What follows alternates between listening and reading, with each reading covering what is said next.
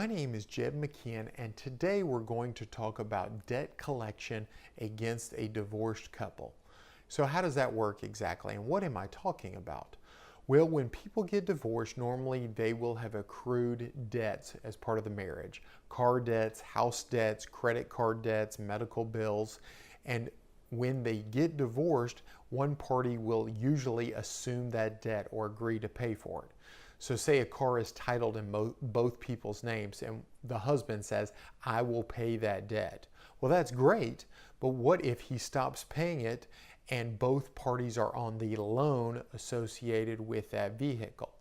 Well, even though the husband has agreed to pay that debt, that agreement does not bind the loan company that gave the loan on that vehicle from stopping and getting the money from the wife.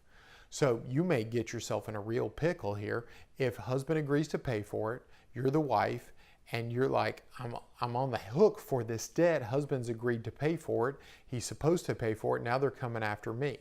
I see this situation happen a lot. And what's your recourse? What's the answer for you? Well, there aren't a lot of good ones. You can take the husband back to court, file a motion for contempt. The judge will wag his finger at him and say, pay this debt, but maybe he doesn't have any money, or maybe you don't know where he lives anymore. The best course of action is to try to get things out of your name as much as possible before you get divorced if you are divvying up debts.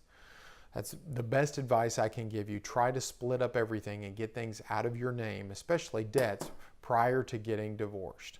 You can find out more about this legal issue and other legal issues by going to my website, attorney-knoxville.com. You can find me on Facebook and Twitter. You can listen to my podcast, In Session with Jed McKeehan. You can also view my other YouTube videos.